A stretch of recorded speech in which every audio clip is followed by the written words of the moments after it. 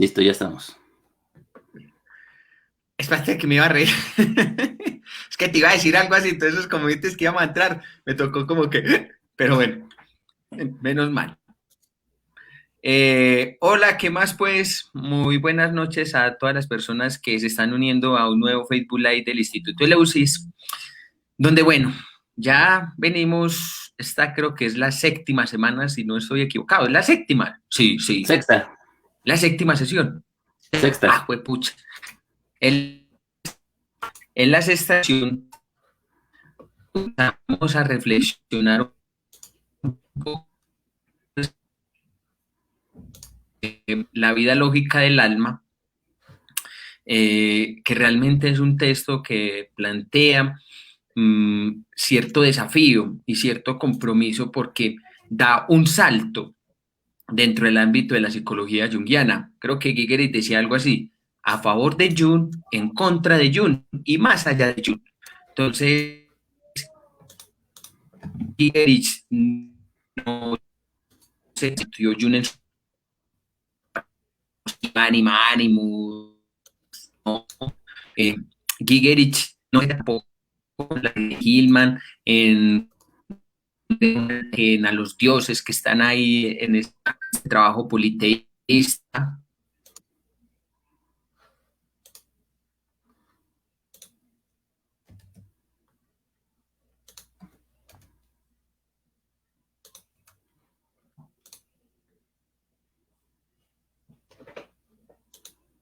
Ok, otra vez el problema de la conexión de John. Muy bien, pues presento la lectura de hoy. Como bien decía John, estamos ya en la sexta lectura de este libro, que es, en este caso, específicamente, La vida lógica del alma. Yo considero que es uno de los libros más importantes de Wolfgang Jägerich, tan difícil como apasionante también es su lectura. Bueno, hemos ido avanzando poco a poco en esta, este, en esta lectura guiada, ¿sí? Yo creo que a lo mejor también podría parecer que no se abarca demasiado, no hay mucho en esta situación, este, pero eh, perdón, déjame ver. John se salió. Bueno, me parece que sí yo estoy, ¿verdad? ¿Sí me están escuchando? Yo creo que sí. Muy bien. Como les decía, el punto de esta, de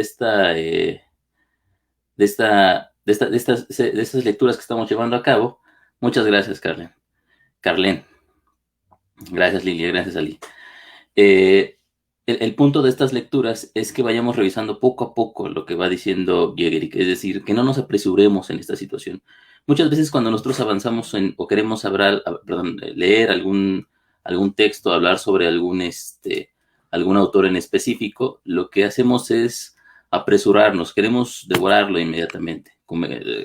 En esta lógica del fast food, ¿sí? Al que estamos acostumbrados como hombres postmodernos, de repente nos cuesta trabajo quedarnos con un texto en particular. A mí Con un cuando pensamiento. sí, así es. Yo recuerdo que cuando era más joven, yo leía muchísimo y tenía gran ambición por leer obras, autores y todo eso. Y lo hacía, pero conforme he ido ocupándome de estas situaciones mucho más tiempo, mi lectura se ha hecho muy lenta, pero muy lenta. Es decir, hay días en que leo 2 o 3 páginas y me quedo pensando en ellas todo el día. Sí, bueno, es la situación ahí, ¿no? Antes leía demasiado, ahora me parece que leo demasiado poco. Entonces, son cuestiones de la yo no le llamaría madurez, más bien del momento en el que uno se encuentra específicamente. Dice Giger que en algún punto, y a él le gusta mencionar eso, que el conocimiento tiene que ser guardado en el corazón de la persona y dejar que ese conocimiento vaya haciendo mella y vaya haciendo su propio trabajo en la relación que tiene el sujeto con el propio conocimiento. Entonces, leer implica eso, implica quedarse en la lectura durante mucho tiempo. O sea, yo conozco un montón de lectores apresurados de Jung, ¿no? Y dejan que desear su lectura del mismo. ¿Cómo va tu conexión, John?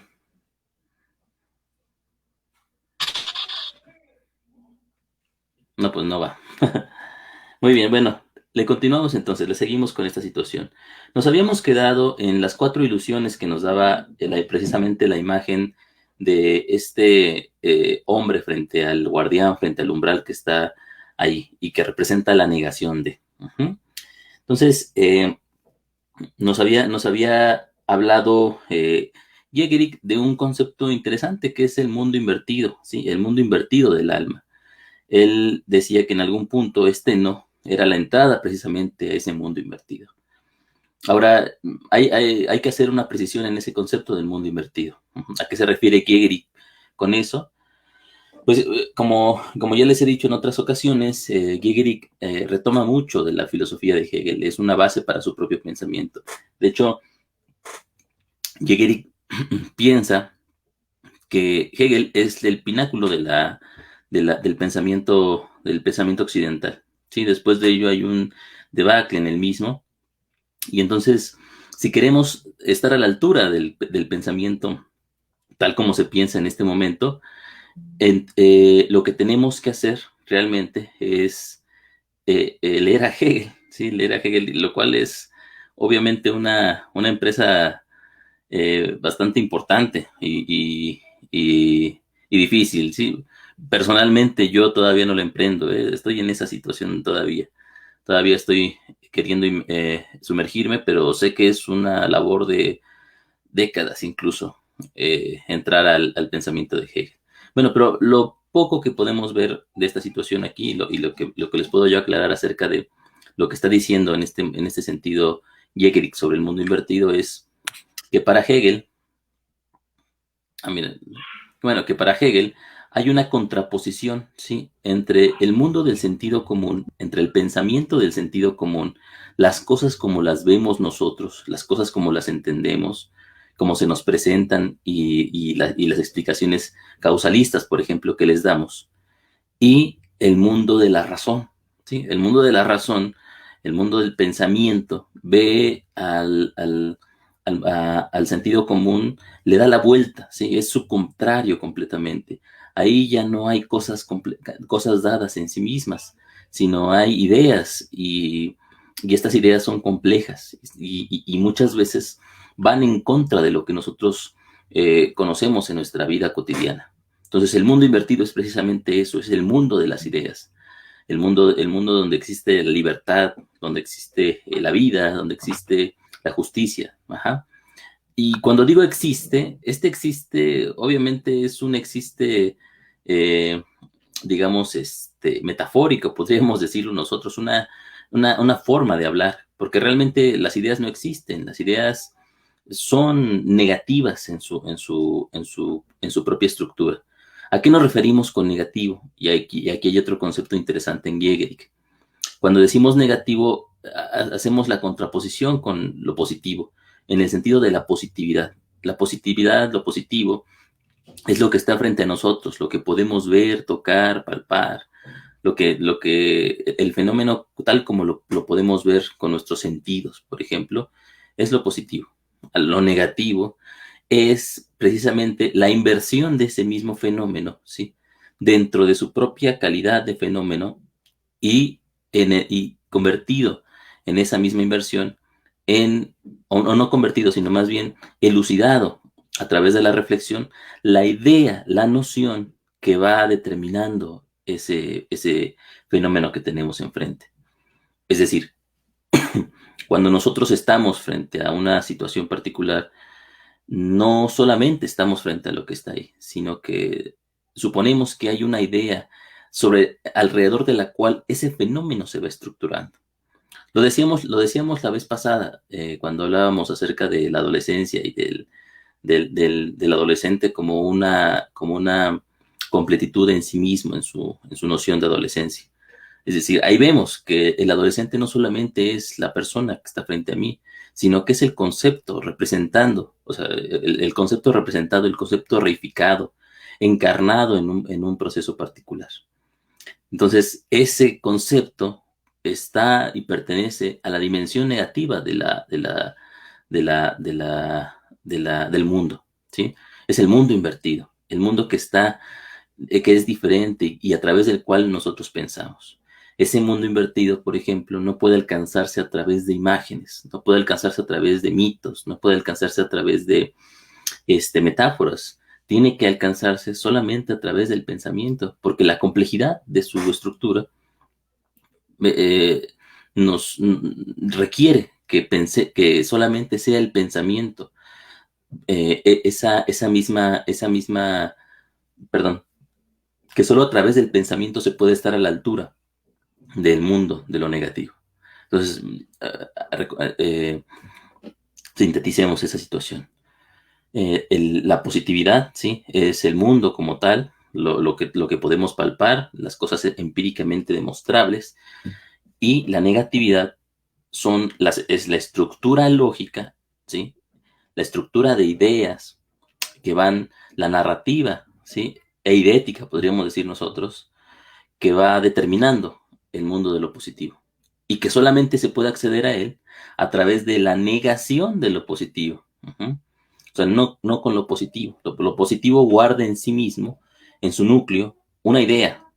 Cuando la pensamos, esa idea emerge, ¿sí? Y de la emergencia de esa idea, entonces nosotros podemos acceder al mundo de la negatividad. Pero, tal como nos dice Giegerick, no lo hacemos nosotros, sino también lo hace el propio pensamiento que se piensa en nosotros. Es complicada esa situación. Espero que nos vayamos acostumbrando poco a poco a esa forma de pensar, ¿sí? Miren, Giegerick es complicado, pero eh, es una forma también de entrenar nuestro propio razonamiento. ¿Sí? Si nosotros nos quedamos con sentencias fáciles, con citas sencillas que solamente nos remiten al mundo de lo cotidiano, ¿sí? Al mundo de las cosas que ya conocemos, entonces nuestra mente, o sea, nuestro propio pensamiento no se abre y no se convierte en complejo, no se hace verdaderamente, no se afina, ¿sí? Nuestro pensamiento es una herramienta que tenemos que estar afinando constantemente, sobre todo como psicólogos, porque es lo que nos da la intuición y lo que nos permite poder indagar en los fenómenos que tenemos frente a nosotros. Entonces, bueno, ¿cómo va, John, esa conexión? Ay, hermano, esto está poniendo muchísimos problemas, hombre, pero bueno, ya no le quejamos al operador y llamo a cambiar, pero sí, me está dando muchísima brega, así que me disculpan si de pronto en algún momento me vuelvo a salir. Siguiendo un poco la idea que vos estabas mencionando un poco, me llama mucho la atención eso porque realmente el pensar psicológico y más por parte del psicólogo radica en no dar nada por sentado, en que no sabe nada frente a lo que analiza, frente a lo que piensa y frente a lo que se le presenta, frente al huésped que se le impone también, por decirlo de alguna forma.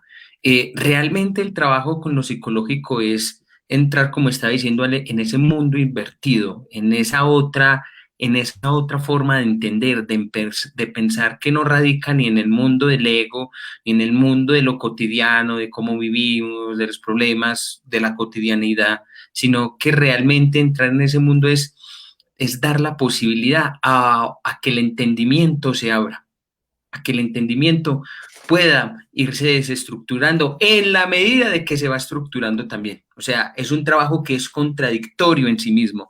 Y yo pienso que eso es algo que es muy importante también para mí, más hablándolo psicológicamente, porque el problema que tiene la imagen en Gilman es que la imagen se queda por ahí deambulando, divagando y solamente imaginemos, pero realmente en el caso de Gigerich es una exigencia como tal, porque es un compromiso con un pensamiento vivo que se está dando ahí, que no necesita la imagen, en tanto que la imagen ya está dentro de ese proceso, pero hay que superarla.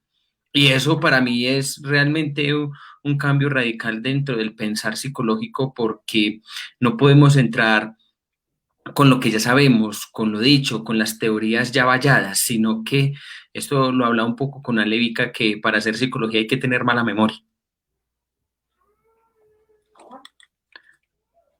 Así es, Sí, así sí. es. Sí, sí, Bueno, exacto. a mí me gustaría pedirte algo porque me quedé, y aunque escuché el audio, el último parrafito en el que se quedó el texto, porque ahí me faltó dar mi reflexión también. El de la clase pasada, el de Sí, la sí, lección sí, pasada. el de la clase pasada. Ok, a ver, vamos a ponerlo. La cuarta, y sirve de que regresamos al hilo. La cuarta ilusión es la idea de que la puerta y lo que es la entrada son dos realidades separadas. La puerta se imagina como el obstáculo que hay que superar para entrar, sea el paraíso, el cielo o el infierno, la ópera, la universidad, el estadio de fútbol o lo que sea.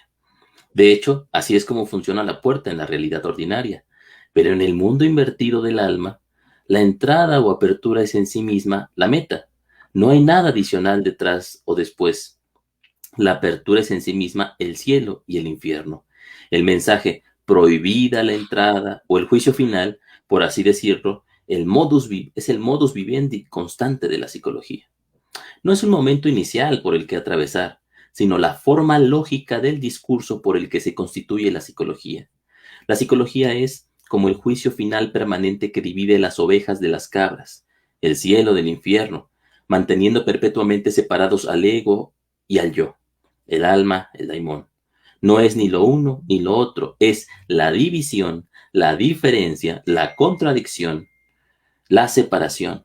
Pero la separación es también lo que mantiene los opuestos conectados, al igual que Atlas en la mitología griega separaba el cielo y la tierra. Es también esto el vínculo vivo entre ellos. Y lo que me llama mucho la atención de ese texto ahí en Gigerich es que realmente dentro del fenómeno está todo.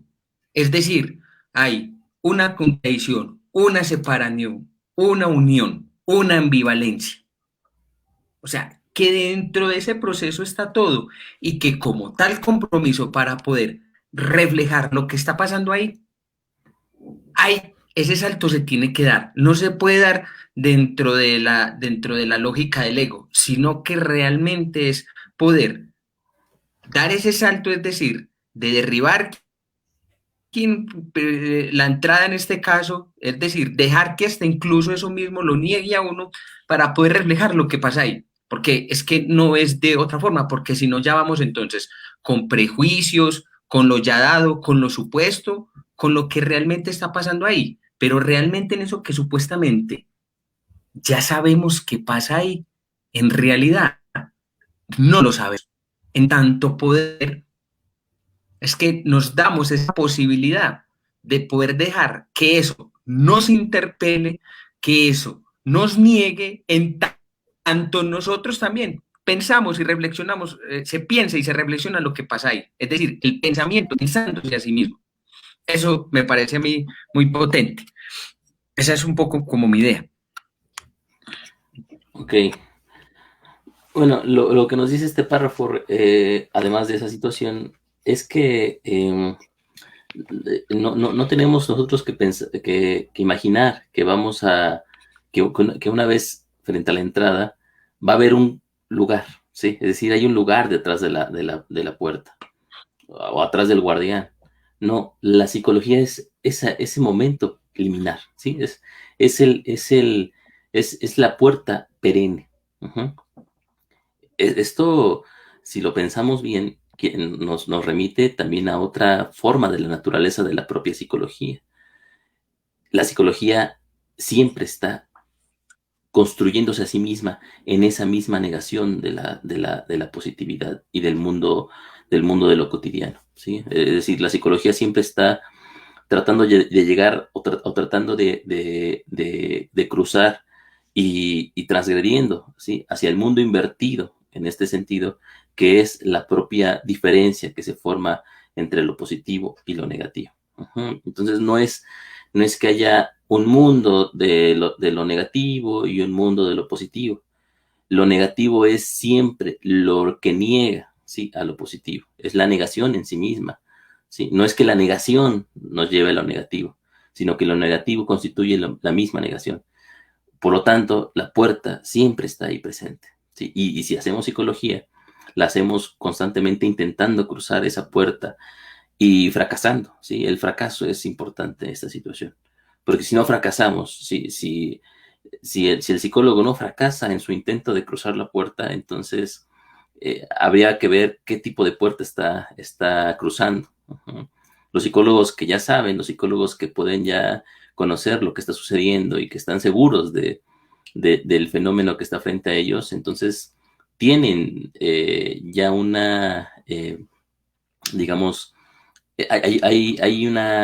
han cruzado una puerta ilusoria, han cruzado una puerta que no les permite, sí, estar frente al fenómeno como tal. Han construido un fenómeno de paja, podríamos decir, haciendo referencia precisamente a la falacia del hombre de paja, ¿no?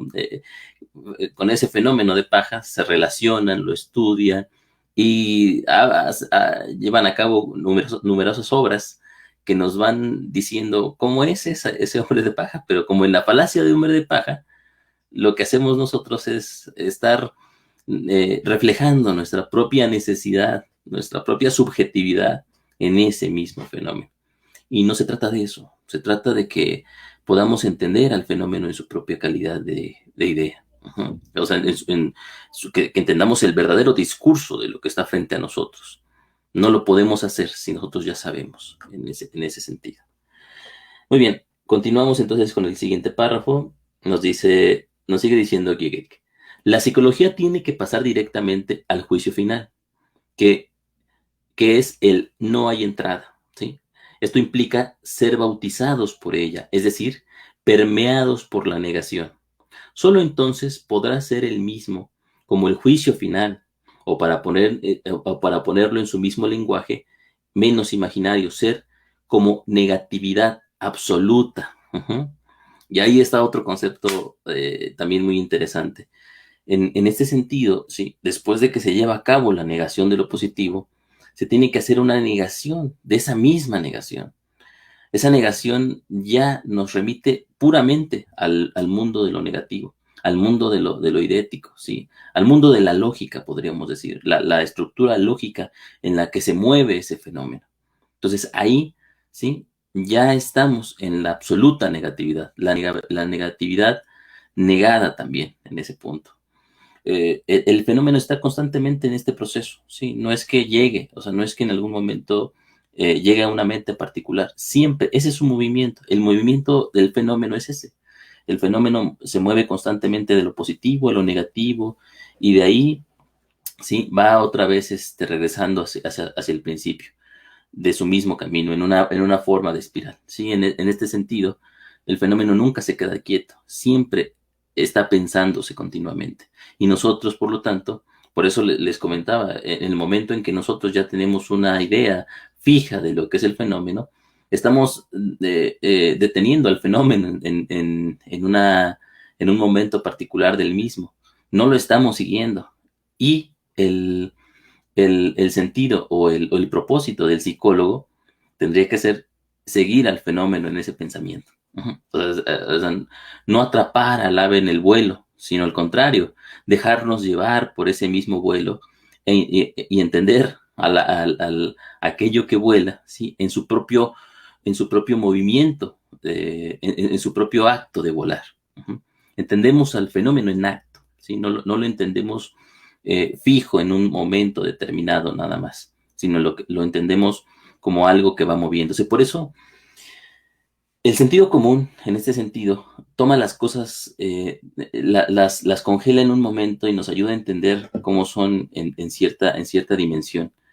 Pero precisamente ese entendimiento, y eso es algo también contradictorio para nuestro sentido común, valga la redundancia, eh, este mismo conocimiento del fenómeno en tanto acto, perdón, en tanto sentido común, es un reconocimiento abstracto del mismo, ¿sí? Abstracto porque precisamente está abstraído de su propio movimiento lógico, ajá, de su movimiento como idea. Nosotros abstraemos una parte de él y lo entendemos así. Y creemos que es lo más concreto, creemos que es lo más entendible de la situación del mundo.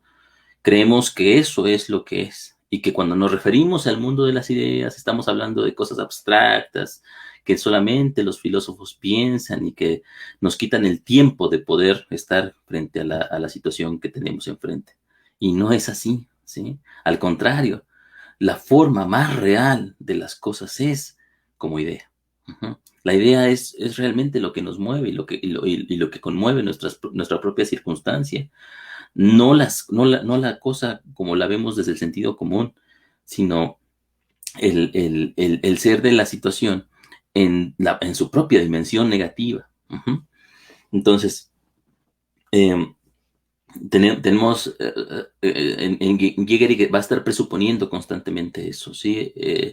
Lo verdaderamente real no ocurre en el mundo de lo positivo, sino más bien ocurre cuando la contradicción en el fenómeno de lo positivo, ¿sí? Permite que ese fenómeno, ¿sí? Positivo se vuelva hacia lo negativo. Entonces ahí va a estar el mundo de la psicología, ¿sí? Y el mundo de lo realmente real, podríamos decir. Ok, seguimos. Las ilusiones discutidas aquí provienen todas de la misma fuente. Son el resultado de ver, imaginar el problema de la entrada desde un punto de vista antes, ¿sí? Fuera de la entrada. Pero el problema de la entrada solo se puede comprender desde una postura dentro de la entrada. Sin embargo, una vez que uno está dentro de la entrada, el modo de imaginar el problema de la entrada se ha superado. Desde adentro, el problema de la entrada solo puede pensarse. Otra vez regresamos al Listeron Proteron. ¿Sí? Para poder estar frente a, tenemos que ya haber pasado, tenemos que ya haber cruzado en el sentido de la negatividad lógica, tenemos que haber vuelto la puerta contra sí misma, ¿sí? Tenemos que haber interiorizado la propia entrada y que esa interiorización nos haya también transformado a nosotros en lo que no somos, ajá, o más bien en aquello que somos realmente, que es precisamente la negación de nuestra propia identidad como egos. Entonces, eh, en general, el modo de imaginar es el modo de la reflexión externa, es la anticipación mental desde fuera, antes de haber entrado de lo que se imagina adentro. Uh-huh. Algo de eso tocaba John en su comentario. Para Gehrig, el conocimiento, perdón, la forma imaginal de poder entender un fenómeno cuando lo tenemos enfrente, es decir, por ejemplo, la forma narrativa que nosotros tenemos para poder eh, hablar acerca de un caso en particular, lo que hace es darnos una idea, digamos, segmentada del mismo proceso. Esta idea segmentada analiza, ¿sí? Precisamente la palabra análisis implica esa situación, la segmentación de algo. Analiza separando al fenómeno en partes. Pero el fenómeno es un todo, es un conjunto, es algo completo en sí. Si lo analizamos de esa forma, es entendible y podemos entrar dentro de su misma lógica, forzando, o más bien teniendo en cuenta que en algún momento vamos a tener que negarlo. Sin embargo, el problema del entendimiento imaginal es que la imaginación se queda en la imagen, ¿sí? No traspasa la imagen, no deja que la imagen se niegue a sí misma y haga emerger de ella el concepto, sino que se queda en la imagen y cree que la imagen es todo lo que hay. No hay nada más que la imagen. Hablábamos con Hillman acerca del concepto de literalizar, cuando una imagen se convertía, o cuando una idea se convertía en algo fijo, en algo eternalizado. Podríamos aplicarlo también a esta misma situación. Cuando el pensamiento imaginal, ¿sí?, no se niega a ir más allá de sí mismo, ¿sí?, a poder atender su propia contradicción en sí y convertirse en pensamiento, en ese momento el entendimiento imaginal se convierte en algo positivo, se reifica, se vuelve algo se mistifica, podríamos decir. Y entonces ya hablamos de lo imaginal y de la imagen, y hablamos del alma como si el alma fuera algo existente, y hablamos de los procesos psicológicos como si fueran algo realmente allá afuera de nosotros, ¿sí? Allá, digamos, afuera en el mundo positivo, afuera en el mundo de las cosas, pero no está ahí, ¿sí? Es al contrario, es el contexto en el que todas las cosas están, y es la forma en que nosotros vemos todas las cosas que se encuentran. Muy bien. Ha pasado el tiempo de entregarse a a los mitos e imágenes de los dioses, el ser, el daimon, etc. Ya no vivimos en una era psicológica en la que la imagen como contenido de la conciencia tendría y podría tener alguna verdad para nosotros. Cuanto más presentamos, para elegir solo un ejemplo, el daimon como idea o imagen, más lo objetivamos y lo convertimos en un cara a cara, ahí afuera, fuera de la conciencia como su objeto, que podemos admirar o adorar. En otras palabras, con las que nos relacionamos de la misma manera con las imágenes que vemos en la televisión. Y cuanto más hacemos esto, más nos establecemos como el ego que observa, admira y adora. El ser, el genio, los dioses como imágenes o símbolos positivos son obsoletos. El tiempo de esta innovación lógica, perdón, déjenme como el tiempo de esta inocencia lógica, donde la verdad todavía podía suceder realmente en forma de símbolos, imágenes o rituales, ha pasado, ¿sí? Aquí se entremezclan varias cosas, ¿sí? Cuando nosotros observamos la imagen en particular, las imágenes psicológicas, y les ponemos atención de sobremanera a través de la literalización de las imágenes, lo que estamos haciendo precisamente es llevar a cabo este telever. Uh-huh. Hay un libro muy famoso de Giovanni Sartori, que es el Homo Videns, que nos habla acerca de la lógica en la modernidad de la televisión, y de cómo esa misma forma de la televisión, más que ser un producto de la modernidad, ¿sí?, nos representa en sí la estructura de la propia modernidad. Ajá. En el telever nosotros estamos separados de la situación, no nos comprometemos con lo que estamos viendo. Podemos cambiar de canal, podemos ver otra programación. Mientras vemos, por ejemplo, la tragedia de un grupo de personas, le cambiamos y ya estamos viendo el fútbol. Y después le cambiamos y estamos viendo las noticias. Y después le cambiamos y estamos viendo un programa de espectáculo. No nos comprometemos con nada de lo que vemos. No hay un compromiso en la imagen, precisamente.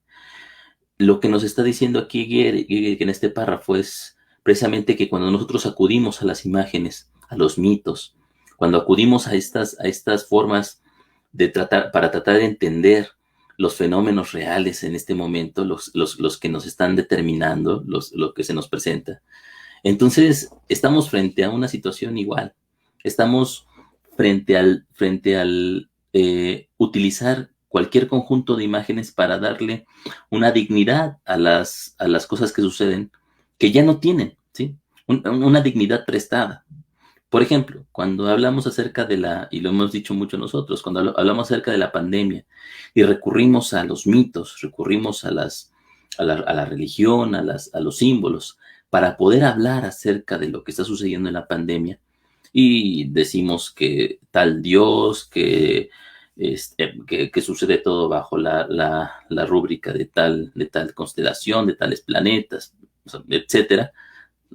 Como psicólogos junguianos estamos muy acostumbrados a recurrir, por ejemplo, a la etiqueta de los dioses para poder tratar de entender qué está sucediendo en una situación. Cuando hacemos eso, estamos utilizando imágenes, ¿sí? Que ya no tienen una validez o ya no son importantes para nosotros.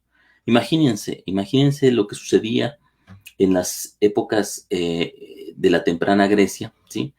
Antes incluso de la escritura de la Ilíada y la Odisea, cuando los dioses, ¿sí? En las antiguas culturas eran personificaciones reales. Uh-huh. No eran metáforas como para nosotros, no era una forma de hablar. No podíamos hablar acerca de, no podíamos emparejar cualquier cosa con un dios, porque el dios no era algo que nosotros eligiéramos o no era algo de lo que nosotros habláramos. Es decir, nosotros no escogíamos al dios en nuestro discurso, sino al contrario. Como conciencia en algún momento de la historia, ¿sí? La conciencia estaba imbuida por las imágenes constantes de los dioses. Los dioses hablaban con las personas, los dioses les decían qué hacer, cómo comportarse, hacia dónde dirigir su propia mirada. Uh-huh. En ese momento podríamos decir nosotros, el alma, como esta vida lógica que va determinando la conciencia, estaba contenida dentro de sí misma, ¿sí? Hago otro excurso. Uh-huh. Para Gehrig, la conciencia tiene una historia particular. ¿Sí? No es igual, no ocurre de pronto nada más y es siempre la misma. ¿Sí? Esto es muy sencillo. Si nosotros, por ejemplo, retrocediéramos 2 siglos atrás en nuestra propia historia, uh-huh, podríamos viajar en el tiempo, por ejemplo, seguramente lo que sucede ahí, la forma de vida y la forma en que vemos las cosas sería completamente extraño para nosotros, porque hay procesos psicológicos que se han determinado, que se han llevado, que se han interiorizado y que constituyen lo que nuestra conciencia en este momento es, uh-huh, pero que para la conciencia de hace 2 siglos no era. Ajá. La conciencia se va construyendo, va cambiando, se va transformando. Es difícil, es difícil de hablar de esta situación así al aire. Yo les recomiendo por ahí un par de obras, o quizá 3, ¿no?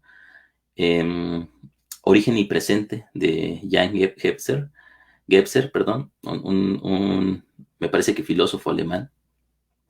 Está en Editorial Atalanta. Revísenlo, es un libro inmenso, pero muy, muy provechoso. Nos habla acerca de precisamente esta historia y este cambio de la conciencia. Otro quizás sería ese libro de ya sé, después del Edén, perdón, de Ken Wilber. Uh-huh. Entonces, después del Edén de Ken Wilber hace una síntesis precisamente del libro de Jan Gebser, de esta historia de la propia conciencia. Y ahí, por ejemplo, menciona otro libro también importante de Ernest Cassirer, que es Filosofía de las Formas Simbólicas, me parece. Entonces, bueno, son varios libros, ¿no? Y en psicología junguiana tenemos ahí un libro particular, es el origen de la conciencia de Erich Neumann, perdón. El origen de la conciencia de Erich Neumann también trata de este tema del crecimiento de la conciencia y cómo se va construyendo a sí misma desde un punto primero contenido hasta haciéndose cada vez más abierta. Bueno, esto es en historia del pensamiento, en historia de la filosofía, por ejemplo, es muy común. También está la obra de Alexander Coiré, por ejemplo, para poder entender esta situación un poco más. La obra de Julian Jaynes. Bueno, hay muchísimos de donde podemos escoger. Pero bueno, el punto es este. El punto es, la conciencia no es algo dado. La conciencia tiene una historia y va construyéndose.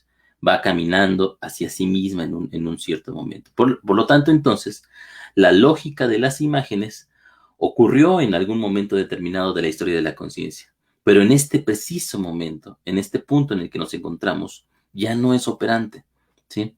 La conciencia ha dado un salto lógico dentro de su propia estructura y estamos en un momento psicológico, podríamos decir, ¿sí? En donde cuando nosotros intentamos hablar acerca de las imágenes, acerca de los procesos imaginales, lo único que hacemos es retrotraernos, traer elementos de otras culturas, de otros momentos de la propia conciencia y insertarlos en nuestro propio entendimiento. Pero ya no tienen una función, ya no son importantes. Cuando yo traigo a Afrodita, ¿sí? Y hablo de la belleza de una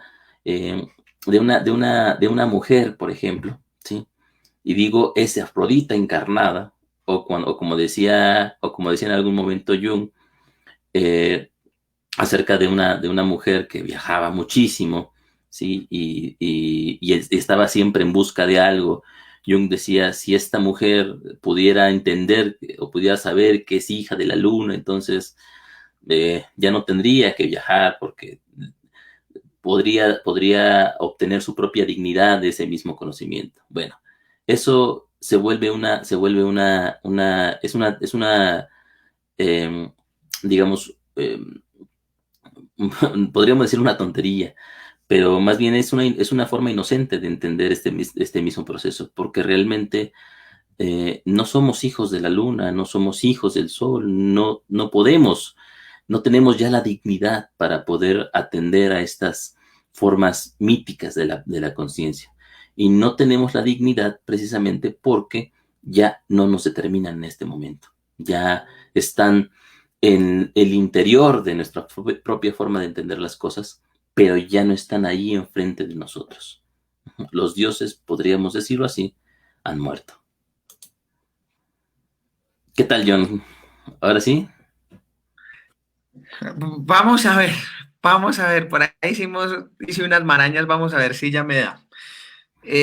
Ok. Me gusta porque te estaba escuchando un poco antes de que me diera la entrada en lo que tú acabas de mencionar y me llama mucho la atención porque es precisamente esa es una de las críticas que Gigerich hace de una manera tan fuerte y tan contundente a esta ahistoricidad cuando entonces vamos a los mitos griegos, vamos a los símbolos pasados, vamos a la relación de las tribus por allá que se desarrollaron y que aún podemos recuperar esa sabiduría para poder comprender este mundo que tenemos tan desmesurado, tan acelerado, que no se conoce a sí mismo, etcétera, etcétera.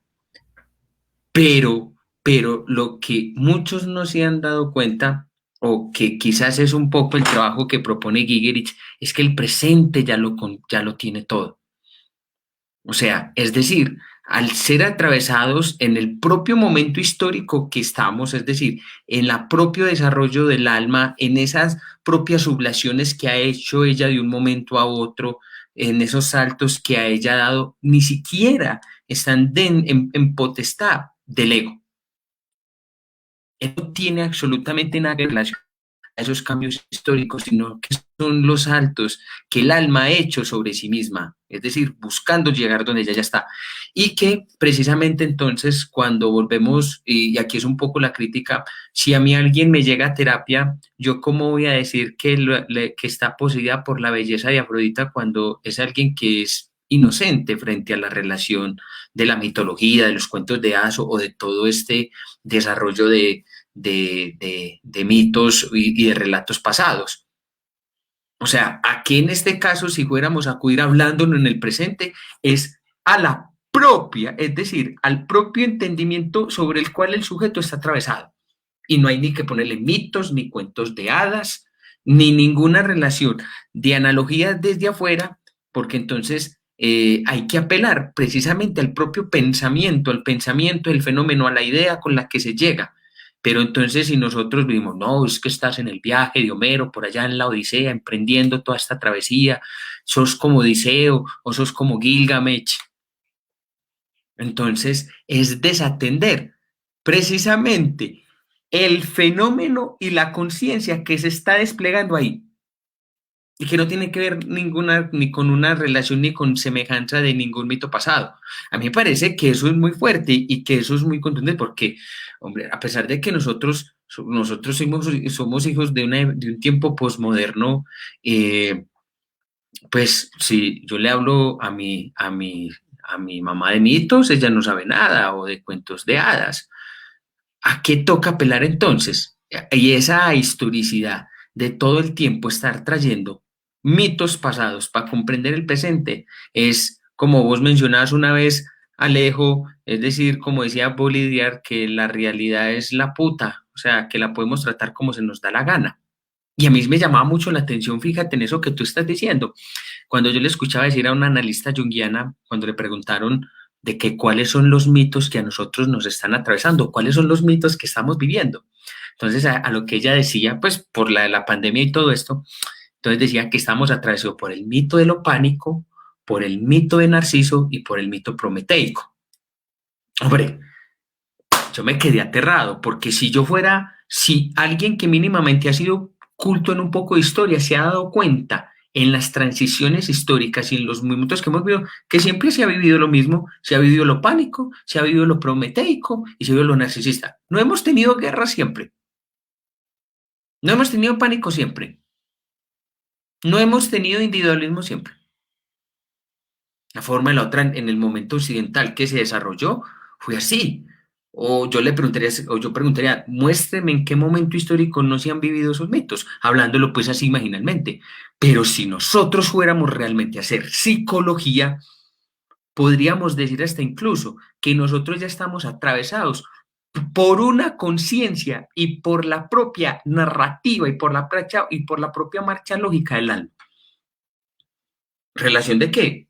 Por hablarlo míticamente un poco, tenemos atravesados por el mito tecnológico, por el mito de inteligencia artificial, por el mito informático, por el mito económico.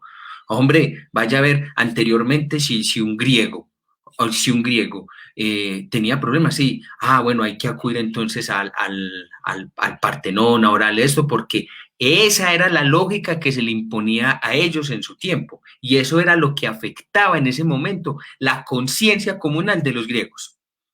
Pero yo aquí, Afrodita, a mí no me va a hacer nada, pero vaya a ver si que yo me quede sin dinero, vaya, por ejemplo, estos cambios informáticos tan acelerados que todo eso, a ver si eso no entra a afectar la conciencia comunal. La afecta de manera radical, quiera usted no quiera egoicamente. O sea, realmente los saltos donde se da esta constitución histórica del alma, de la lógica que se nos impone, corresponde a un momento histórico. Un griego vivía como un griego, un renacentista como un renacentista. Pero aquí, en el tiempo posmoderno, podemos elegir lo que quiera, pero eso es para nuestro fuero personal. Podemos ser estoicos, epicúreos, junguianos, míticos, chamanes, una cosa a la otra. Usted puede ser lo que quiera, pero independientemente de eso, que se va a salir de la conciencia comunal o del momento histórico en el que nos encontramos, es imposible, porque usted no está atravesado por esa lógica, quiera o no. ¿Y qué tienen que ver los dioses ahí? Nada, absolutamente nada. Pienso pues yo. Y a mí me parece que eso es muy, muy, muy contundente, Alejo, porque entonces el psicólogo siempre va y en este caso especialmente el psicólogo junguiano va a apelar entonces a los mitos. Sí, por allá está Prometeo entonces en su desdén, por allá en esa voracidad, donde no tenemos vida simbólica, donde no tenemos mitos, donde no tenemos sentido de vida. Nietzsche constató cuando con el huésped que se avinaba, que era el nihilismo, que ya en sí mismo la vida no tenía sentido. Y que hasta incluso Jung, porque en esos momentos lo hablamos, hasta incluso en la misma psicología junguiana hay cierto nihilismo, porque si Nietzsche constató que ya la vida no tenía sentido, y si Jung, que leyó tanto a Nietzsche, constató eso, ¿qué dijo Nietzsche? No, yo me rezo a que la vida no tenga sentido. Necesitamos una vida simbólica y hay que conocernos y tenemos que tenerla. Pero al de pronto no percatarse de eso, no se dio cuenta que precisamente ese era el movimiento lógico que estaba haciendo el alma en su propia transición. O sea, si ya nosotros constatamos de que la vida no tiene sentido, es porque no lo tiene. Entonces, ya que usted dice a buscar su sentido de vida, una cosa, la otra, eso es un fuero personal, pero la marcha lógica en la que nos encontramos sigue su curso, sigue su curso. Encuéntrele usted o no le encuentre sentido a su vida. Y el momento histórico en el que nos encontramos por la conciencia lógica que atraviesa comunalmente, ese es el sentido de vida que se tiene, quiera usted o no quiera. Ah, pucha, dale que me sigo apasionando mucho.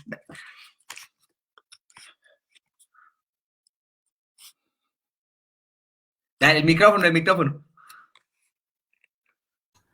Ok, muy bien. Pues sí, para resumir esa situación y hacerla un poco más entendible, diríamos entonces nosotros que, eh, digamos, el alma, en el sentido lógico que le estamos dando nosotros, tal como la maneja Gigeric, es aquello que no podemos elegir.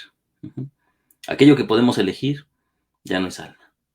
Por muy sencillo. Entonces ustedes pregúntense qué fenómenos podemos elegir. Yo puedo decidir en este momento que voy a entender o tratar mi vida desde el punto de vista perdón, desde el símbolo desde el mito de Aquiles, ¿no? Y yo me voy a sentir el héroe que va a conquistar la tierra fortificada y que vive para la gloria, por ejemplo, ¿no?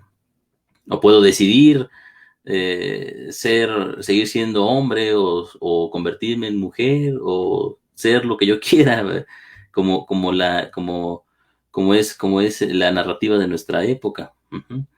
Pero entonces eso ya no es relevante, ¿sí? Eso ya no es importante. Es decir, no es importante, es importante para nosotros. Ajá. O sea, si yo decido algo sobre mi propio cuerpo, si yo decido algo sobre mi propia situación, claro que es importante para mí, uh-huh, pero no es importante para la propia alma. Para la lógica del momento histórico en el que nos encontramos, aquello que podemos decidir, ¿sí? No es relevante. Y precisamente lo podemos decidir porque ha dejado de ser relevante. Por Porque eso el alma lo podemos soltó. por eso podemos hablar de mitos y podemos utilizarlos como se nos dé la gana. ¿Sí? Por eso podemos intentar estudiarlos y, digamos, cubrirnos mitológicamente de figuras que ya no son funcionales, precisamente porque ya no son funcionales, son solamente accesorios que nos ponemos. Uh-huh. Ahí hay Sí, una crítica contra precisamente el entendimiento, la búsqueda de factores míticos para poder entender la vida de las personas. Es otra etiqueta, ¿no? Si yo digo que por ejemplo, en la carrera jugábamos a eso, ¿no? Jugábamos a tratar de discernir cuáles eran los tipos de personalidad de los sujetos. Bueno, cuando yo estudiaba tipos psicológicos, por ejemplo, o sea, iba por el mundo clasificando a las personas en sus tipos psicológicos, ¿sí? En su tipología. Bueno, era un juego realmente. Sí, sí, no era importante y realmente no me hablaba de las personas. Era una etiqueta con la cual yo podía ver y podía decir que el sujeto era esquizoide, podía decir que el sujeto era intuición, o podía decir que el sujeto, según el enneagrama, era tal, o sea, eh, no, es decir, yo puedo correcto. recurrir a cualquier forma clasificatoria para poder entender un fenómeno, pero no lo estoy entendiendo. Lo que estoy haciendo es clasificándolo.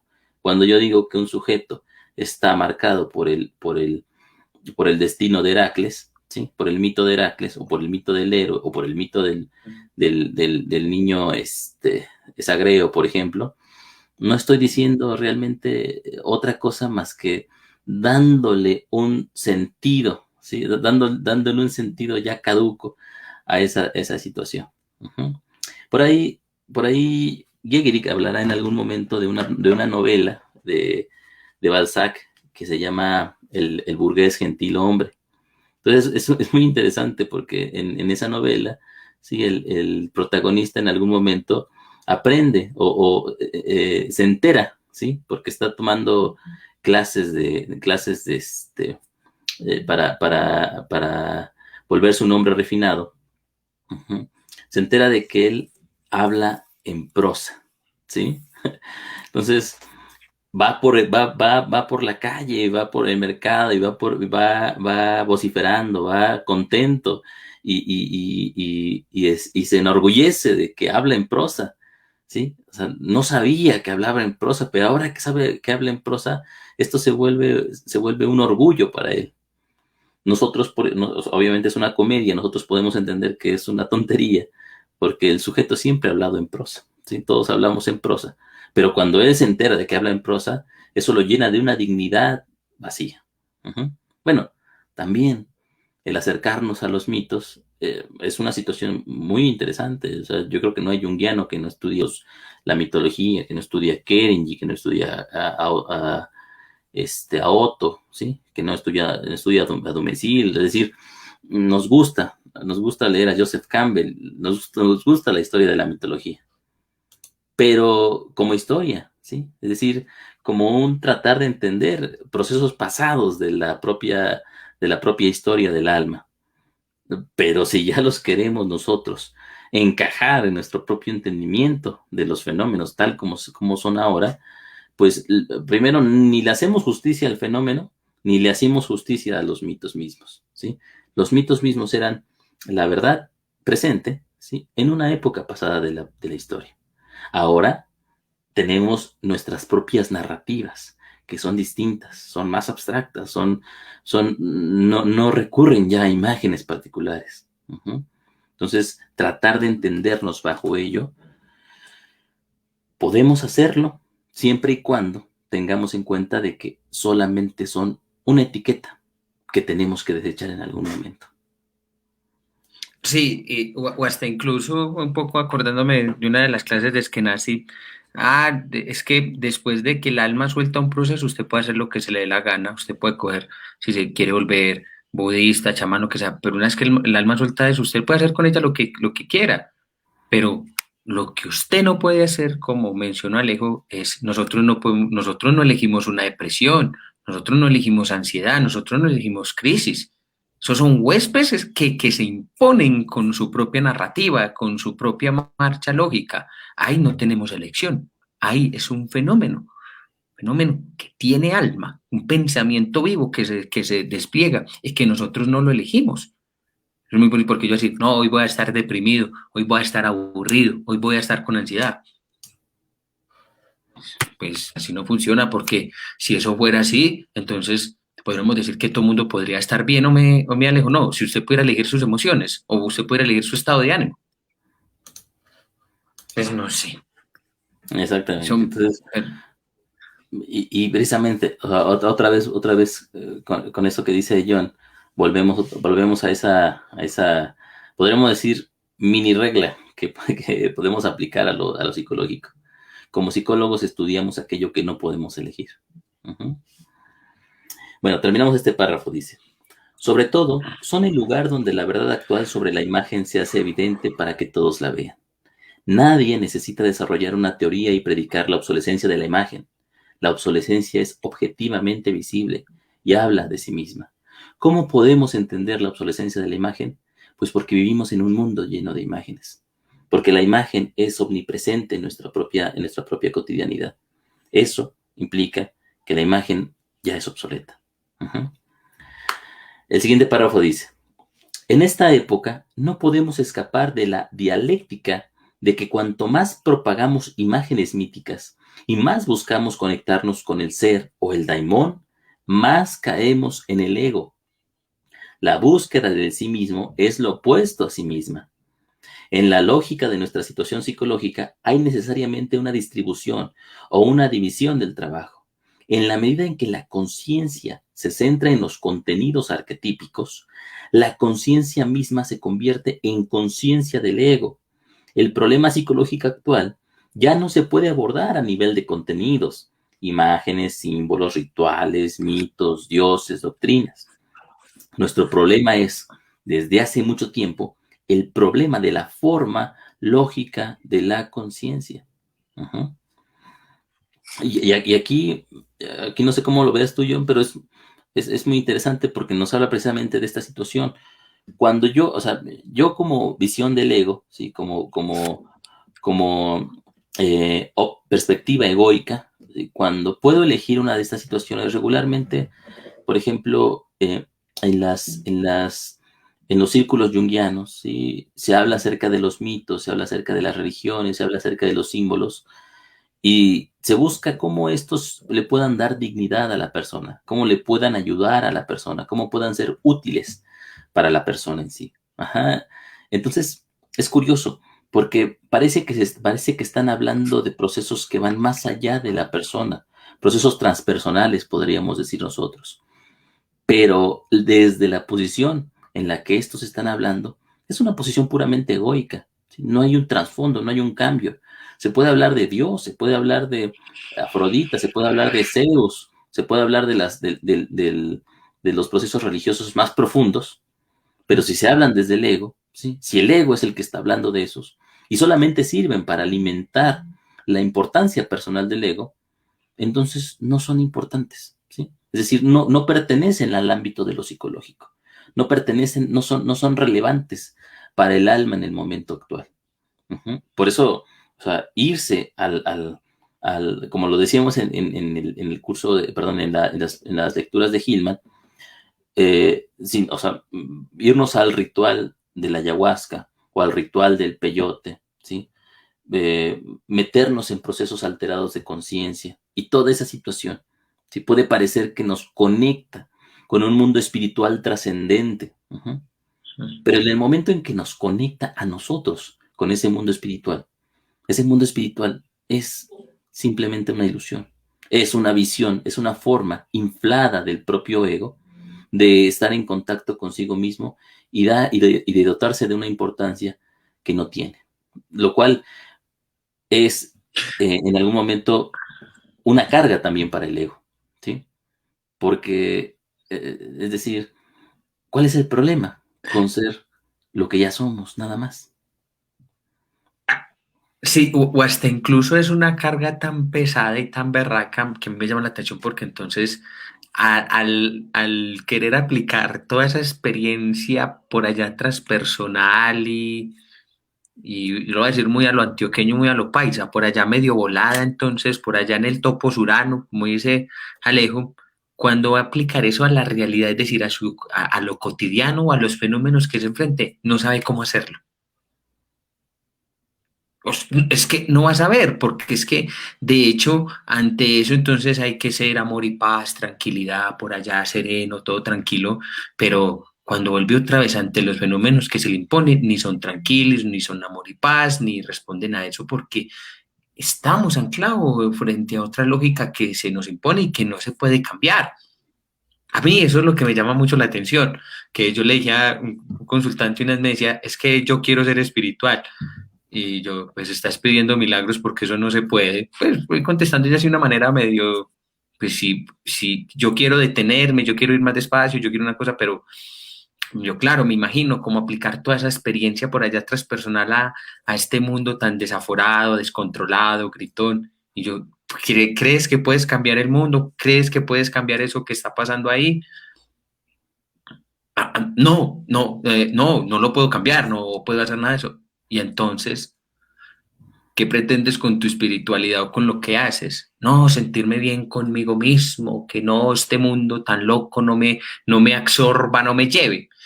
Y yo, y en tanto, ¿lo has comprendido? ¿Sabes qué pasa ahí? ¿Sabes que, no sé, ni me importa?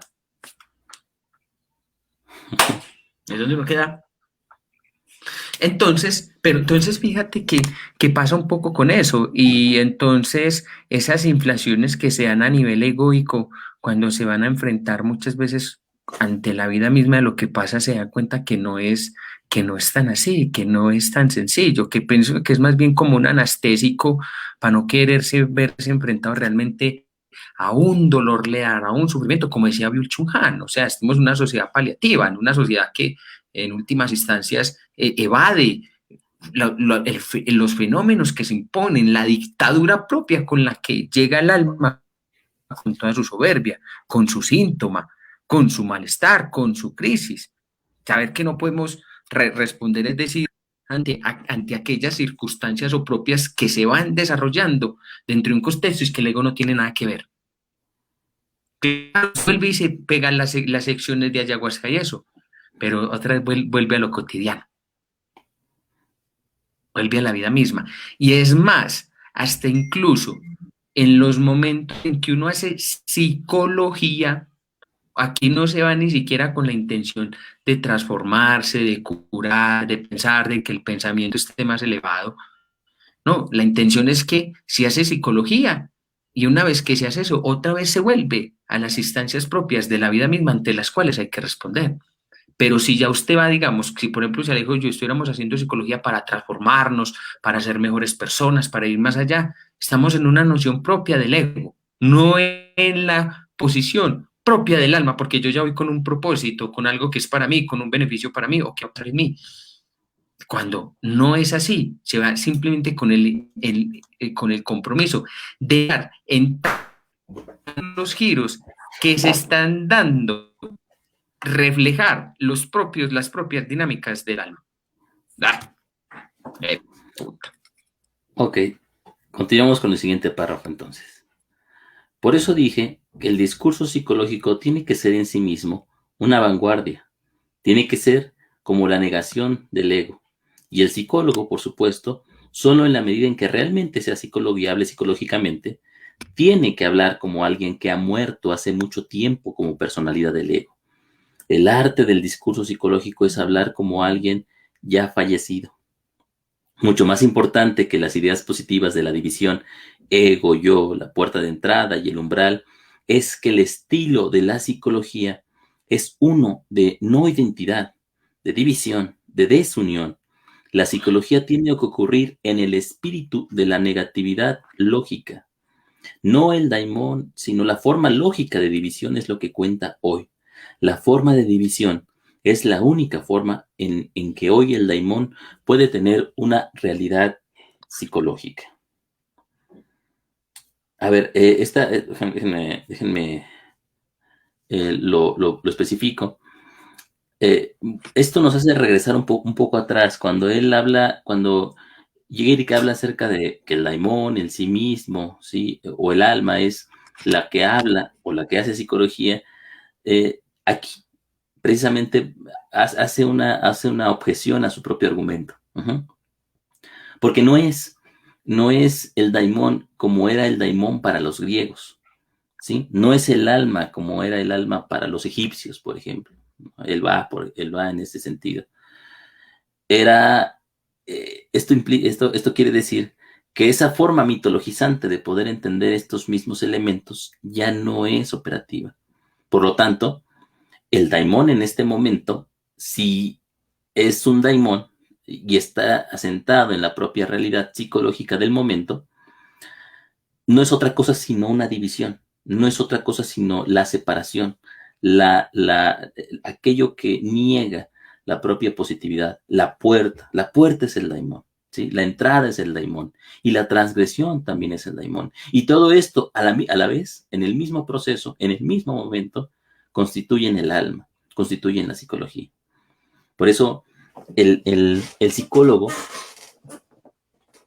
tiene que haber aceptado, tiene que pensar si es psicólogo o si está haciendo psicología, desde la propia posición en la que su ego o en la que la visión del ego ha muerto, ha sido dejado atrás. ¿Sí? Cuando el ego es negado, ¿sí? Cuando el ego es llevado a su forma lógica, que es el alma, eso el ego lo detecta, lo entiende como la muerte de sí mismo.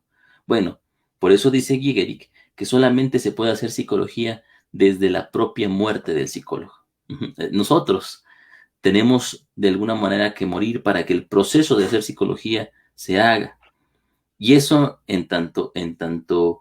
digamos, estamos haciendo psicología, necesita ser una constante en nuestro proceder como psicólogos. ¿Sí? Obviamente, el morir no quiere decir un morir literal, sino un morir en este sentido lógico. Un morir de nuestra propia visión, un dejar morir esa visión que está entretenida y que está complacida con los fenómenos cotidianos. que quiere sobrevivir, que quiere entender las cosas, que quiere saber para sí mismo y que quiere utilizar. Ajá. Por ejemplo, en psicoterapia podríamos decir que para hacer psicoterapia tenemos que, tiene que morir en nosotros la idea de la salud, ¿sí? La idea de curar, el intento de poder mejorar, por ejemplo, el fenómeno, tiene que morir para que precisamente el fenómeno pueda emerger en ese mismo proceso. Mientras sigamos queriendo curar, mientras que sigamos queriendo mejorar, lo único que vamos a hacer es tratar con la superficialidad positiva del fenómeno. La enfermedad está ahí, ¿sí? Y lo que queremos, o sea, si yo quiero curarla, pues muy sencillo, voy al médico, ¿sí? O sea, no tengo otra, no tengo tantas opciones.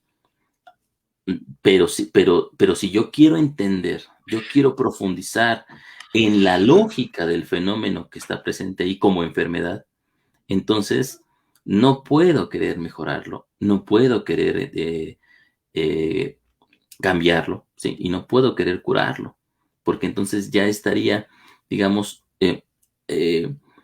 metiendo al mismo fenómeno en una etiqueta o en un deseo o en una idea, en un ideal que no le pertenecen a él, sino a mí, ¿sí? Y más que a mí, a la cultura en la que me encuentro como sujeto, que me dice que una depresión se tiene que curar a fuerzas, ¿sí? Que una patología tiene que ser, ya es una debilidad moral incluso, ¿sí? Para muchos de nosotros. Entonces, ahí hay una situación que no pensamos. Sí, y es hasta incluso eso, lo que vos estás diciendo, que hasta incluso rehusarse, es decir, a que los prejuicios que están ahí o a no querer abandonar eso, es imposible, es decir, de que esa puerta a ese mundo invertido se abra. Porque, por ejemplo, decir, yo no voy a abandonar mi poesía, yo no voy a abandonar mi literatura, yo no voy a abandonar tal y tal cosa por querer hacer, digamos, poder atender otra cosa que se me impone, es imposible, es decir, de que ese otro lugar de entendimiento se abra, porque aún, no, aún se aferra a ciertas creencias, a ciertas ideas, a ciertas formas de pensar. Y aún así, en tanto se aferre a eso, es muy imposible que precisamente se pueda entrar a esa otra lógica. Veámoslo así un poco con una patología. Por ejemplo, con una ansiedad o con una depresión. O sea, si digo, no, yo no me quiero sentir así, esto no me gusta, pero porque si yo soy una persona tan sana, tan alegre, tan feliz, ¿por qué esto se me por qué siento esto? ¿Por qué esto se me impone? ¿Por qué me siento triste? No quiero nada de la vida, me quiero matar, bla, bla, bla, bla, bla. Es un ejemplo. Entonces, yo me resisto a que ese pensamiento obispo, a ese huésped que llega ahí, no lo quiero atender. No quiero atender esa lógica. Entonces, me meto la benzodiazepina, me meto la prosa, me meto la litio y listo. Y sigo así con mi cotidianidad y con mis mismas ideas y abandono esa lógica que en su momento llegó con toda su potencia a querer precisamente cambiar. Un ejemplo, por decirlo de alguna forma. Realmente hay rica, pero si yo en su momento digo, un ejemplo, esto está aquí, pero si dejo que eso haga mella, que esa lógica con la que yo venía pensando se vea destruida, engullida, negada por el huésped, y poder reflejar eso ahí, realmente estamos dando paso, es decir, a una lógica que se está desplegando y que no tiene nada que ver con el ego, porque como hemos mencionado en los lives de Hillman, en el poder aproximarse y en el poder reflejar ese pensamiento que está ahí vivo, no tiene nada que ver contigo, con tu ego. Puede que te transformes, puede que no. Eso, y yo pienso que eso es lo más bonito, porque si ya vamos con la visión utilitaria, con la visión de que yo qué voy a obtener de esto, pierdo ante todo el poder reflejar lo que está pasando ahí, ese huésped que llega con toda su potencia viva, por decirlo de alguna forma. Ok. Claudio Santa Cruz nos hace una pregunta. En ese sentido, debemos vivir el espíritu de nuestro tiempo y en el caso de lo arquetípico debemos verlo como una interfaz. Pongámoslo así, pongámoslo en este punto. No, nosotros no hacemos otra cosa más que vivir en el espíritu de nuestro tiempo, ¿sí? Es decir, queramos o no, estamos ahí y hagamos lo que hagamos, estamos ahí. Si hablamos de los mitos, si hablamos de la luminosidad, de la experiencia y todas esas cosas, de todos modos lo estamos haciendo desde el espíritu de la época. ¿Sí? Es la lógica la que nos va dando las determinaciones para poder hablar de esto. No podemos hacerlo de otra manera, ¿sí?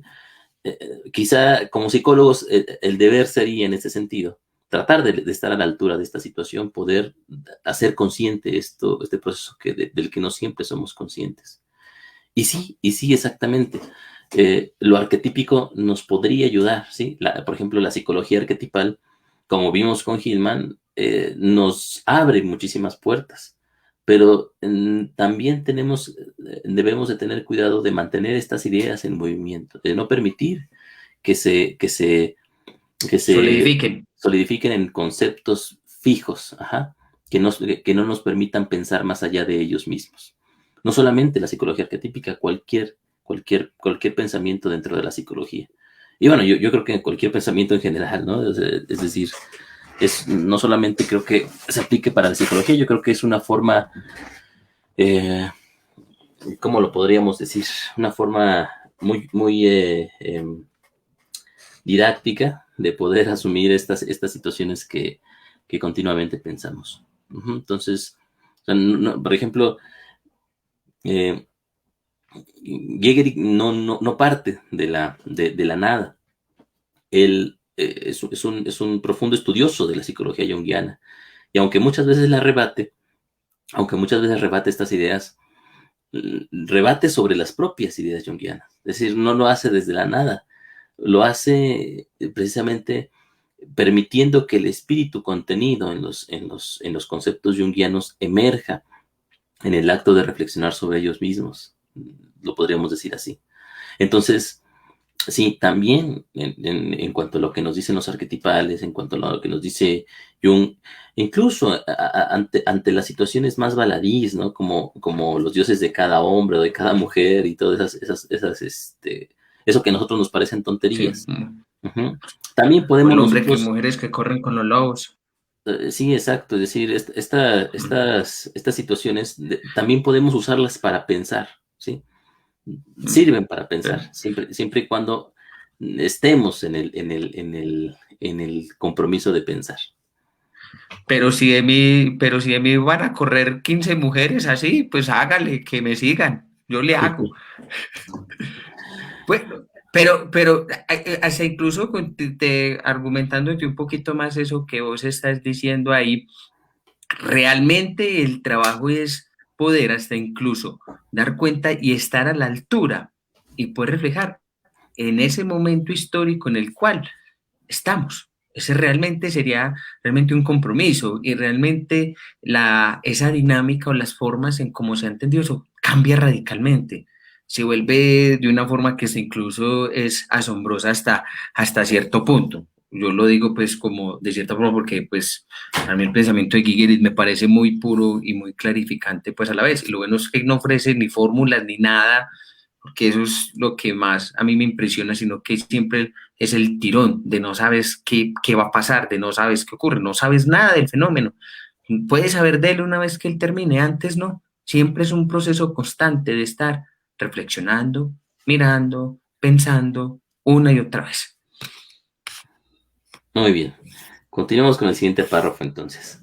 Ahora, este es un resultado muy asombroso de nuestras reflexiones. ¿No es la tarea de la psicología terapéutica superar la neurosis, que a su vez se define como una personalidad dividida contra sí misma, o más generalmente como una disociación? ¿Cómo puedo insistir aquí en que la psicología, en la forma misma de su constitución lógica, sea una división? También podría decir disociación. No es una psicología, perdón, no es una psicología que consciente y sistemáticamente se instala temáticamente en la desunión y se establece como un constante juicio final, una celebración de la neurosis en lugar de su curación.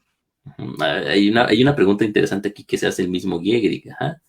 Es decir, nosotros entendemos desde poco antes de Freud que la neurosis precisamente es la emergencia de un pensamiento en contraposición con otro pensamiento, ¿sí?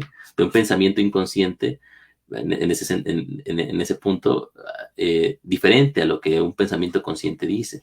Uh-huh.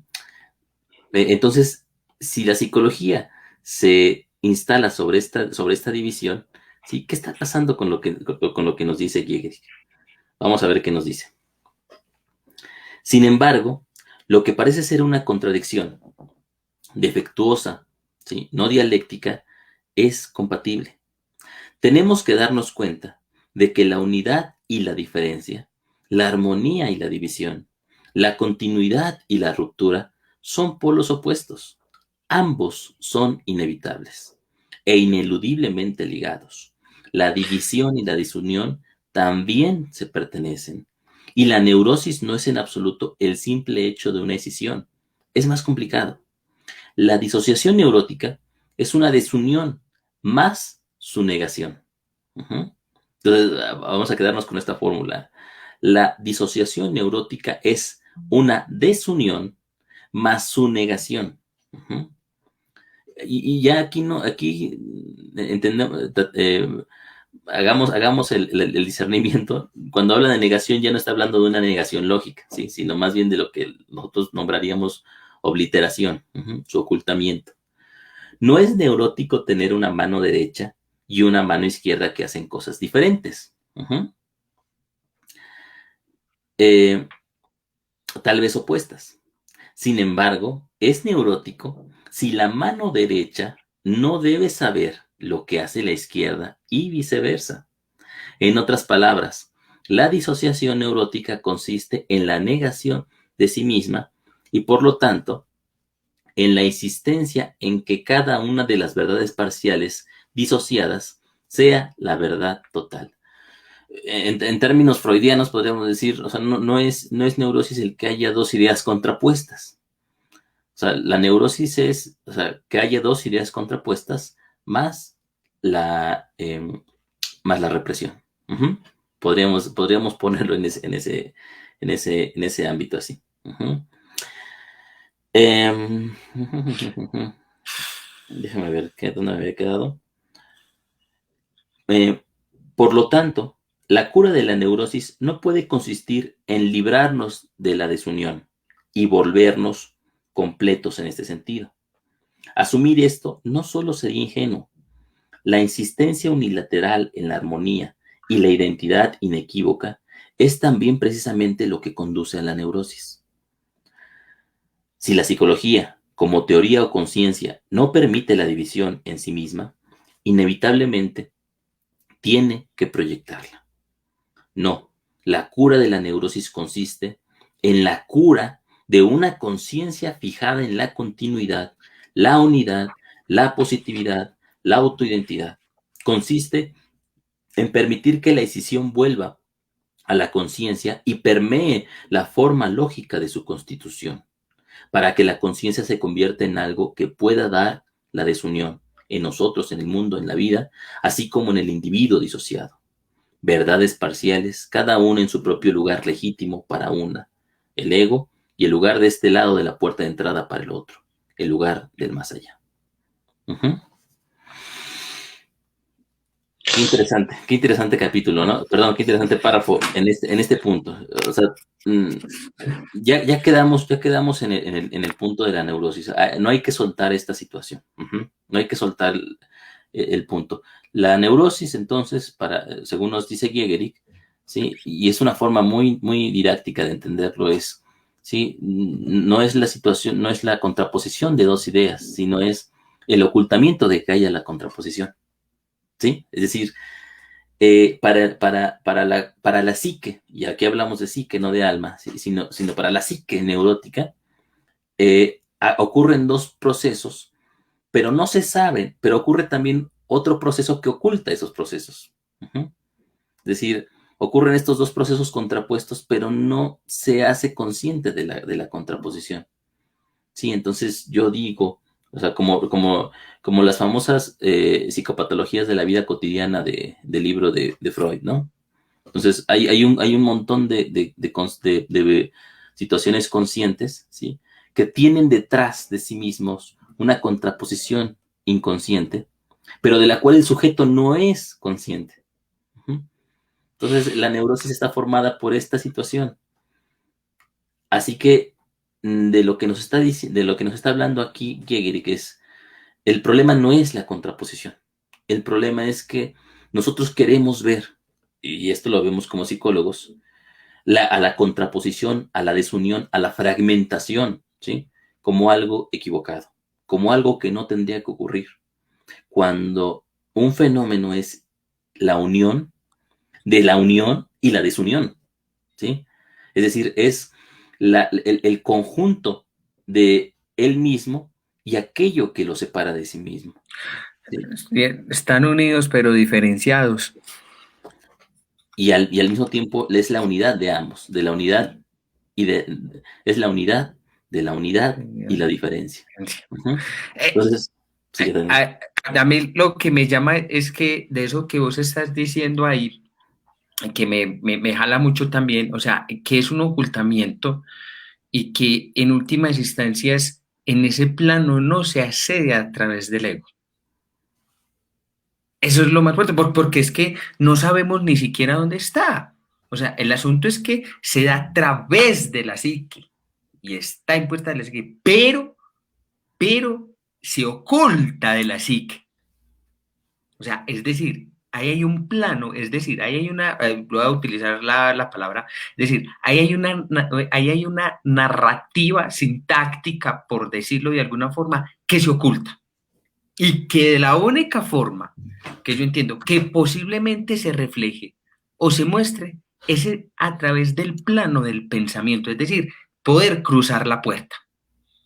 Porque es que no es de otra forma, porque no podemos decir de que la neurosis está aquí en cierto neurotransmisor o está aquí en cierta parte del cuerpo o está aquí. No, eso es lo más berraco, que no se sabe dónde está.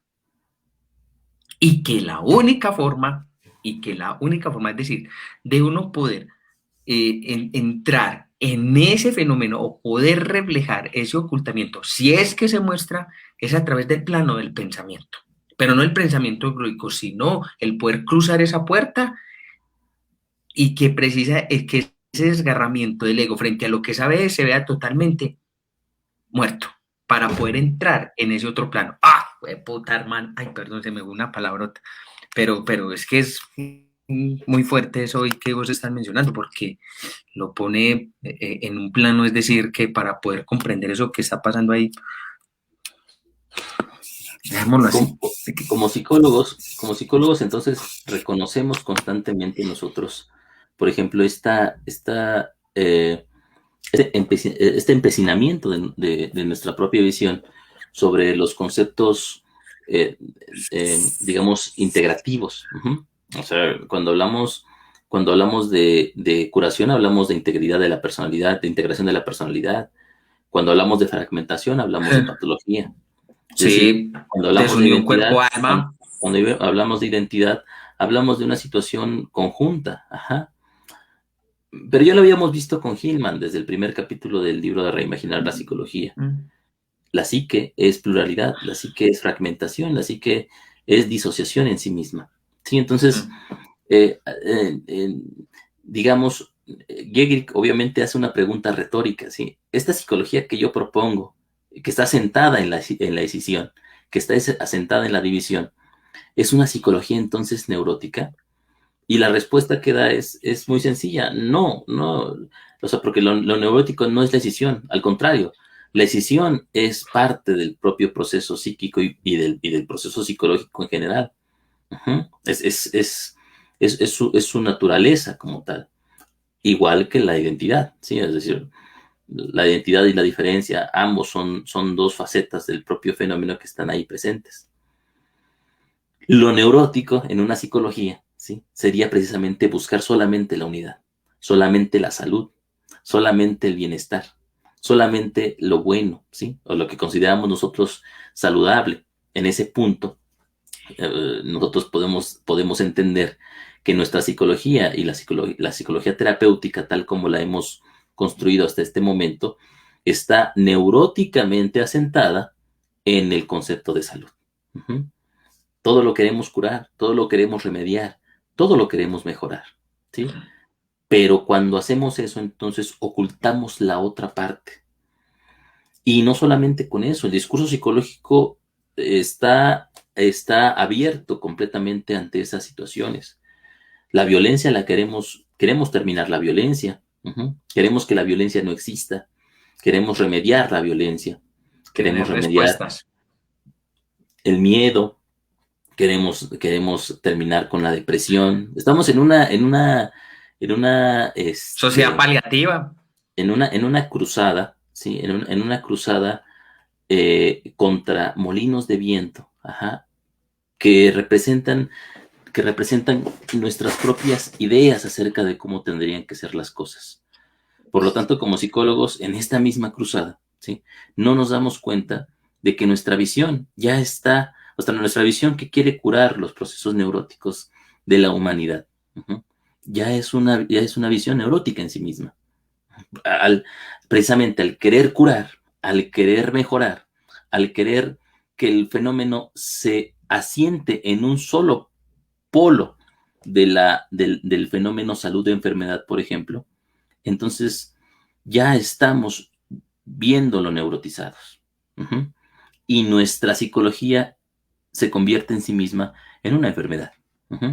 Es la enfermedad que quiere curarse a sí misma. Es la enfermedad que quiere curar, ¿sí? Este proceso de salud a través de la enfermedad misma, ¿sí? Pero no es, Sí. o sea, ahora el proceso no es, el punto es que muchas veces la enfermedad es curativa a veces, pero esta enfermedad no es curativa por el simple hecho de que niega, ¿sí? El mismo proceso que está llevando a cabo. O sea, la Sí. psicología nunca va a admitir que es neurótica, nunca va a admitir que es una enfermedad en sí misma, No, que está sentada en la lógica de la enfermedad. No lo va a admitir. Ha no. reprimido la conciencia de su propia estructura como enfermedad. Sí, no, fíjate que me llama la atención eso, porque es que ni los psicólogos lo aceptan. Me acuerdo que una vez cuando estaba empezando pues, a leer a Giger decía, pero el problema que tiene es que la psicología en sí misma es enferma, es neurótica. En eso se asienta su trabajo. No, la psicología no es eso, es una cosa, la otra, y uno vea. Pero lo único que hace en relación a eso que vos estás diciendo, pensando aquí, todo el tiempo es proyectando de la misma enfermedad y la misma neurosis que ella sufre. Es que eso es lo más, es que eso es lo más berraco, es que eso es lo más berraco, porque entonces ahí es donde realmente el psicólogo tiene que hacer ese ejercicio de pensar, de reflexionar sobre qué se está cimentando y sobre qué está parado. Ahora, que eso realmente es también muy importante, porque si hay de antemano una antelación de todo el tiempo denunciando o en esa labor quijotesca, por decirlo de alguna forma, que es una labor quijotesca, es con un imposible, porque si supuestamente en más de supuestamente 100 años de psicología, ya lo decía Hillman, en 100 años, hemos tenido 100 años de psicoterapia y el mundo va peor. Si científicamente hablando se tienen tantos tratamientos a nivel científico, los humanistas siguen desarrollando en las universidades, etcétera, etcétera, ¿por qué se han afincado muchísimo más el sufrimiento, las psicopatologías? Todo el tiempo denuncia, denuncia, denuncia, denuncia, denuncia. Y ante eso se da cuenta que muchas veces no puede hacer ni siquiera nada. Es lo más berraco porque simplemente es una visión egoica de curar, mejorar esto, pero aún así sus intentos sigue siendo siempre un fracaso ante la imposibilidad de una propia lógica que se impone, que él ni siquiera puede cambiar. Es que es tremendo y la psicología en sí misma planteando los pueblos, ni siquiera se quiere cambiar. No se cambia ni repiensa los conceptos sobre los cuales ella misma se sustenta ahora para querer sustentarse o querer dar cuenta de unas patologías. Así es, exactamente. Mm, pensemos eso en este sentido. Ajá. La psicología, ¿sí?, es la propia enfermedad que quiere curarse a sí misma. Ujú. Es decir, es la enfermedad que busca curar la propia enfermedad. Es una situación muy interesante esa situación.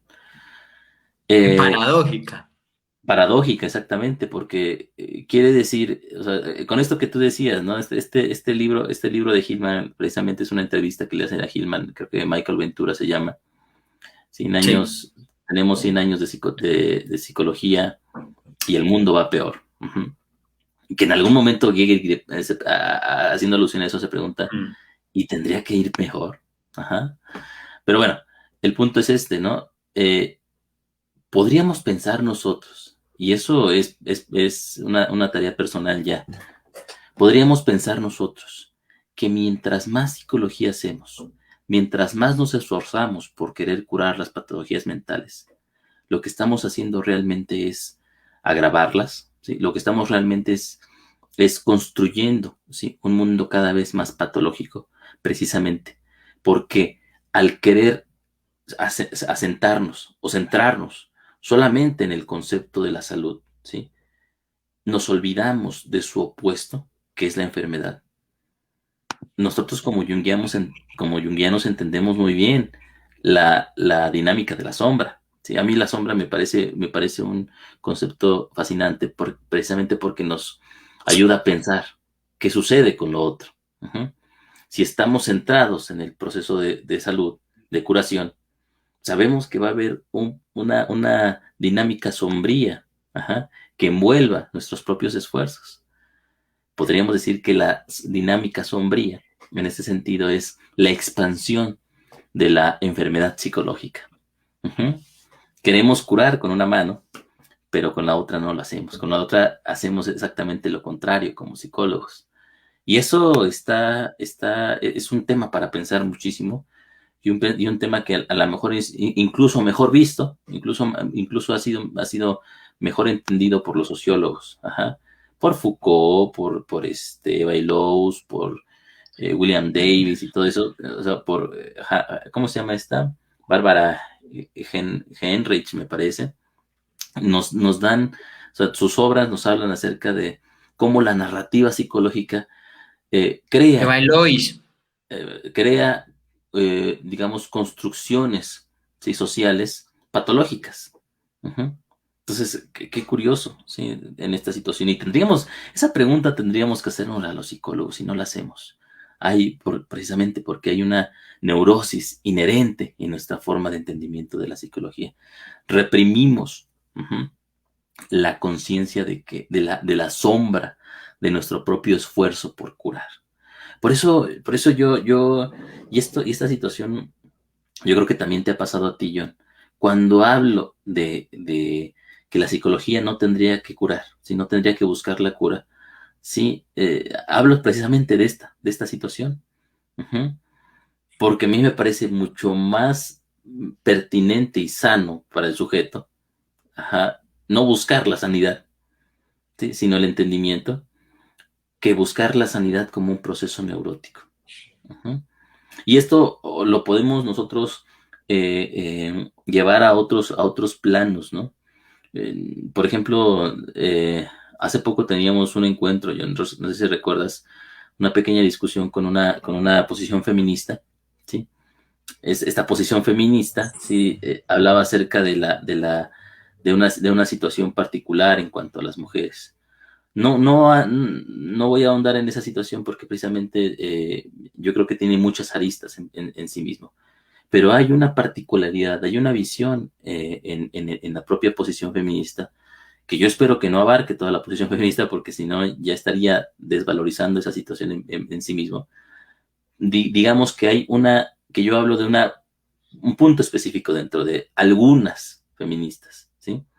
Cuando identifican, ¿sí?, a lo femenino con únicamente la mujer.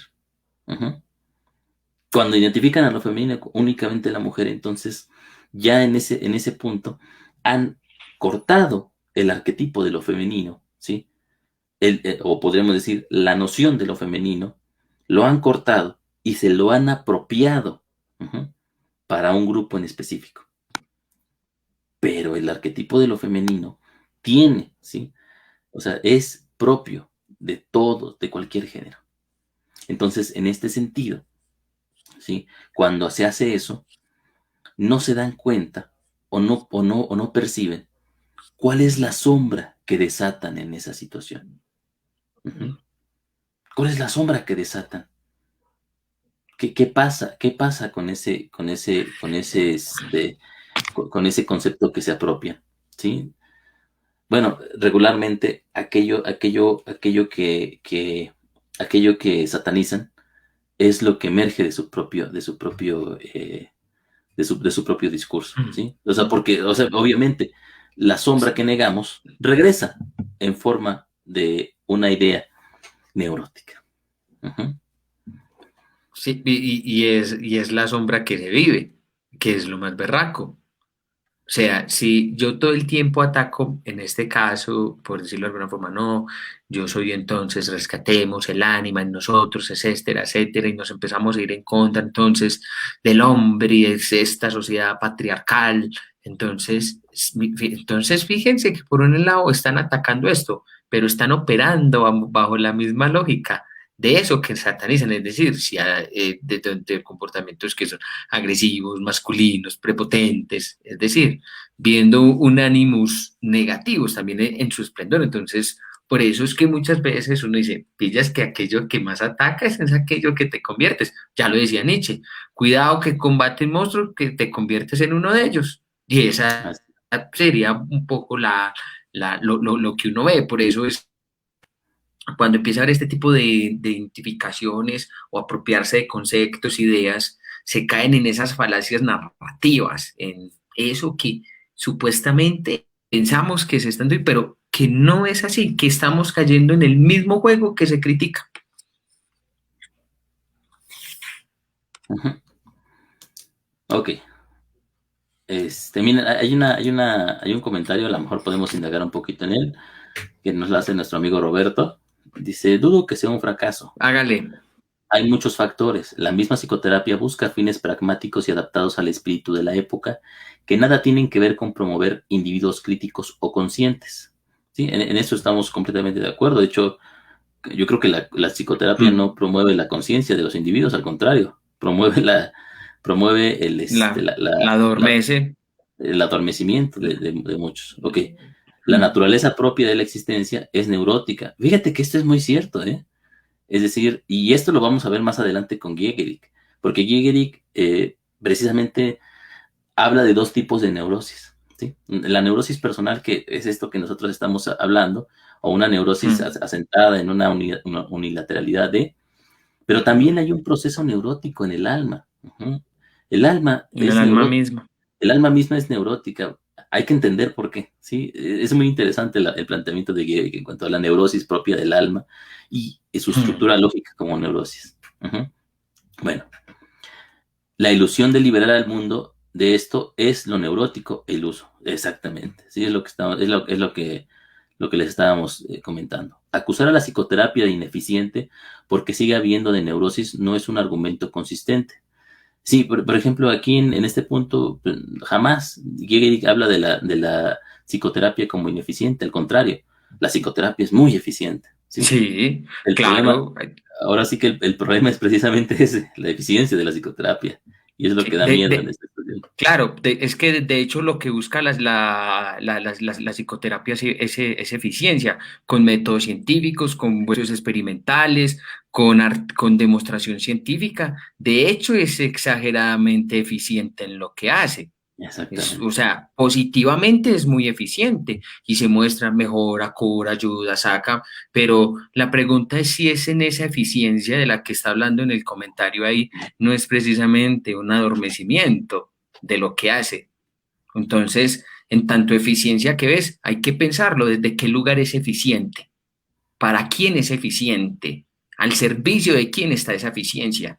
Entonces, también es inconsistente plantear de esa forma lo que él dice ahí porque hay que pensarlo desde diferentes lugares también, pero es exageradamente eficiente. Y esa podría ser la crítica primera precisamente a esa eficiencia, pero en tanto eficiente, Así ¿desde qué es. lugar? Sí, exactamente, porque el problema es que en cuanto la psicología es tan eficiente como la que vivimos actualmente, ¿Mm? en cuanto a la psicoterapia es eficiente, sí, ya estamos en el mundo de la técnica. Ujú. Y el ¿Mm? problema del mundo de la técnica, ya nos lo contaba Heidegger, ¿sí? Es que es un pensamiento puramente calculador. Es un pensamiento que solamente está orientado a fines, pero no ¿Mm? entiende los procesos. O sea, no entiende los procesos porque precisamente estar orientado hacia fines, como bien dice Heidegger, oblitera el proceso de pensar. Ujú. Del pensar meditativo, del pensar que piensa el ser del propio fenómeno, ¿sí? Mm, ¿Mm?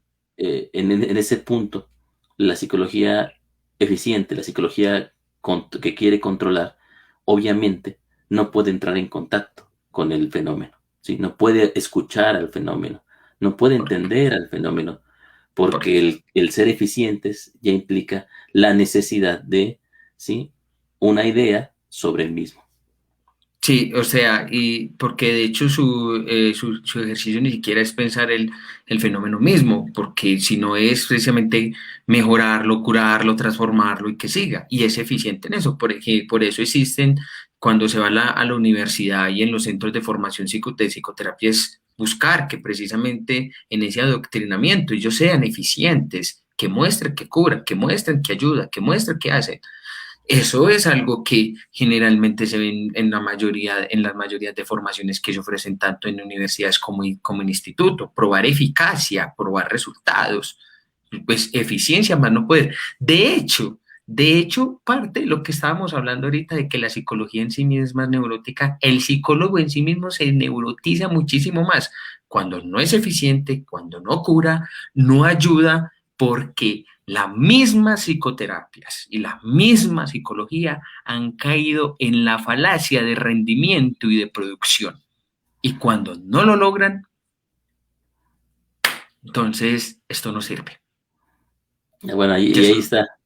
Y ahí está, entonces veamos esta necesidad de la eficiencia desde, por ejemplo, del libro que tanto hemos comentado, ¿no? La sociedad del cansancio de Byung-Chul de- Han. exactamente.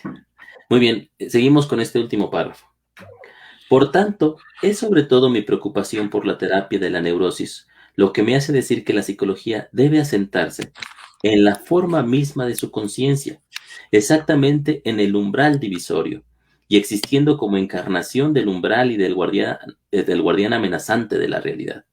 La puerta eh, mantiene el espíritu de negación y división consciente y vivo. Entonces, el ser y el daimón serían reales, tan reales como pueden ser en el nivel lógico de conciencia en el que nos encontramos en este periodo de la historia del alma. No serían simplemente una hermosa teoría educativa, ¿sí? Que nos hable, que nos muestre o que nos dé un espectáculo acerca de ellos. Nuestra totalidad y la de nuestro mundo dependen de la capacidad lógica de la psicología para permitir la división y la alteridad, no solo en sus imágenes e ideas, sino en su forma lógica. Ujú. Otra vez, para hacer psicología necesitamos estar frente a la puerta, en el continuo dilema de la entrada, ¿sí? En la continua búsqueda de la transgresión. Y esa puerta, esa división, ¿sí? No es otra cosa que la psicología en sí misma. Me recuerda mucho otra vez, yo recurro mucho a esa imagen de los evangelios, ¿sí? Cuando Jesús dice, yo no vine a traerles la paz, sino vine a traer la espada. No recuerdo bien el punto, pero ese es el sentido, ¿no? Yo vine a traer la espada, yo vine a traer la división. porque precisamente la división, ¿sí? Es lo que hace a la psicología en este punto, ¿sí? La psicología no es la búsqueda de la unidad y de la unilateralidad, podríamos decir, sino al contrario, está sentada en la constante contradicción que se lleva a cabo. Hace poco, eh, yo escribí un pequeño ensayo sobre la sombra, una crítica precisamente al concepto de la sombra en Jung, y era justamente una de las argumentaciones a las que llegaba. El proceso de la sombra, por ejemplo, en este sentido, tiene que ver más con la contradicción en el mismo fenómeno, ¿sí? Que contra una necesidad de integración en el mismo. Es decir, no habla de otra cosa sino de la constante contradicción. Por lo tanto, el movimiento psicológico, ¿sí? El movimiento psicológico del propio fenómeno está sentado en la necesidad de la contradicción. Uh-huh. Es decir, este movimiento lógico, este movimiento dialéctico que se va llevando a cabo en el mismo fenómeno y al cual nosotros como psicólogos necesitamos atender constantemente para poder ir en el trabajo de entender al propio proceso, no como algo fijo, sino como un proceso de movimiento, ¿sí? En movimiento. Bueno, pero a ello, la conciencia de la división tiene que ser constante. Uh-huh. Y esta división no solamente es la división del fenómeno, sino la división en la propia conciencia, en el sentido de algo que Hegel va a llamar la diferencia psicológica, es decir, la diferencia entre lo que corresponde a lo psíquico, a lo positivo, a lo que está aquí, a lo que me pertenece como sujeto, y A lo que elijo, a lo que me gusta, etcétera, etcétera. exactamente, y a lo otro, a lo que yo no elijo, a lo que me constituye, ¿sí? Como ser, a lo que me envuelve y de lo cual yo no puedo renegar aunque quiera, y que es el alma en sí misma. El psicólogo siempre tiene que estar en esta división porque cuando nos asentamos solamente, por ejemplo, en el punto de lo psíquico, de la necesidad personal, de la búsqueda de supervivencia y de bienestar, entonces estamos en un lado simplemente. Pero no, el psicólogo está sentado porque la psicología está construida sobre la división. Sí, sobre la separación, sobre el discernimiento, sobre el reflejar, sobre el reflexionar. O sea, siempre en esa constante movimiento dialéctico y separativo, porque ese es realmente su trabajo, no pretende ni la unidad, ni la integración, ni la mejora, que estaría perdiendo de cierta forma lo que es ese foco de trabajo que es el logos del alma, y eso se da a través del pensar, del discernir, del separar, no se da de otra forma. Y yo creo que para esto, John, pues nos sirve muchísimo recordar todo lo que vimos en Hillman, ¿sí? La fragmentación, el politeísmo, y en ese sentido, haciendo énfasis en la salud, la importancia de la patologización para el proceso del alma. El alma se hace sobre todo en sus enfermedades. Bueno, pues ahí le dejamos, John, entonces. Hágale. Bueno, a todas las personas que nos acompañaron en este Facebook Live, muchísimas gracias.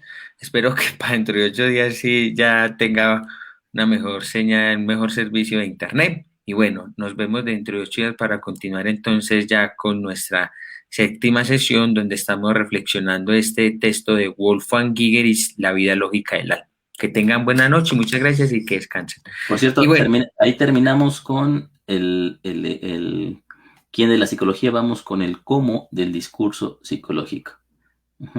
Pues muchas bueno. gracias a todos, que estén muy bien.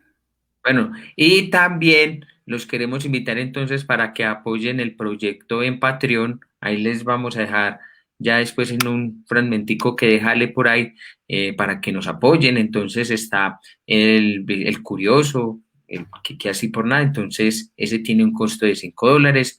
Está, ¿cuál es el otro que se me fue? El estudioso. Eso, el estudioso y el comprometido. Y comprometido, así es. Bueno, Entonces, El estudioso ese tiene un costo de $10. Ahí igual van a tener acceso, 15. pues, 15 eso, donde van a tener acceso entonces a los videos, a lo que tienen y también nos pueden hacer preguntas también. Y ya es el que es el comprometido también, el mismo Ale y yo, dentro de la medida de las posibilidades, también les vamos a estar respondiendo porque ya es un trabajo que ya es mucho más comprometido y ya mucho más reflexivo. Entonces, ahí le tenemos la invitación y muchísimas gracias, pues que tengan una excelente noche. Nos vemos.